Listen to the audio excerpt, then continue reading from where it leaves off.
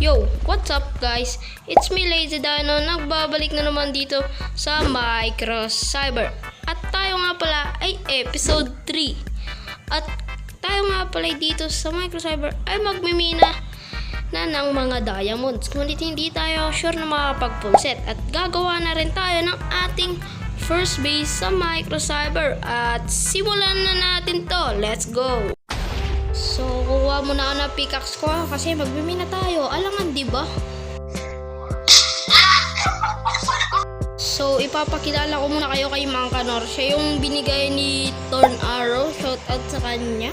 So, tara na, baba na tayo kasi magbimina naman na tayo at sisimulan na natin. Baba muna tayo dito sa mining area ko. Kakagawa ko lang nito. Sige, bababa muna ako. So, nandito na tayo sa baba. Ito nga pala yung storage room ko dito. Nagluluto. Dito yung mga ano ko. Kapag na full storage na tayo. At dito yung minahan natin. Siguro, simulan na natin to. Let's go!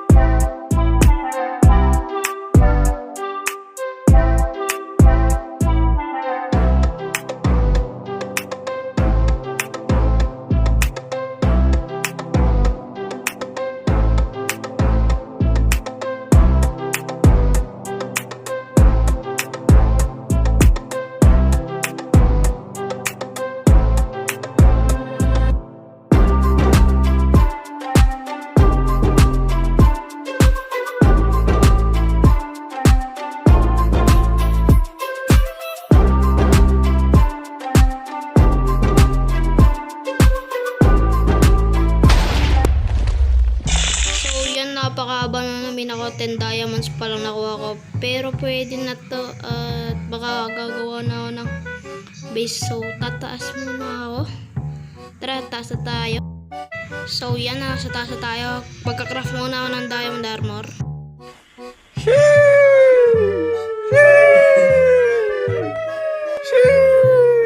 So yung bahay naman na ang susunod natin at i-download na natin. Let's go!